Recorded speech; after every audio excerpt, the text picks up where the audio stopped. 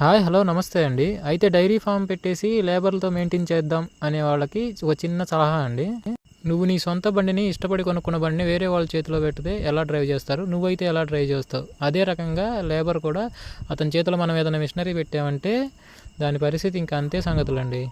ఇది కాకుండా గేదెలకి మేత వేసేటప్పుడు నువ్వైతే కొంచెం మేత ఎక్కువేస్తే పాలు ఎక్కువ ఇస్తాయి అనే రకంగా మేత వేస్తావు. అదే లేబర్ అనుకోండి, కొంచెం మేత తగ్గిస్తే పాలు కొంచెం తగ్గుతాయి, మనకు పాలు తీసే శ్రమ తగ్గిద్ది. మేత వేయగానే ఆటోమేటిక్గా పేడేస్తాయి అనుకోండి, ఇంకా చెప్పే పని కాదు. లేబర్ వచ్చేసరికి మేత వేయడంలో ఆలోచిస్తాడు, అది పేడ ఎక్కువ వేసిద్దేమోనని, పాలు ఎక్కువ ఇచ్చేసిద్దేమో, పాలు పిండలేక ఇబ్బంది పడాలని. ఈ షెడ్యూలో మిగిలేదేమో సచ్చేదేమోలే కానీ ప్రతి దాంట్లో మనం కొంచెం పని తగ్గించుకుంటే మన శాలరీతో మనం బయటపడవచ్చు అనుకుంటాడు లేబరు.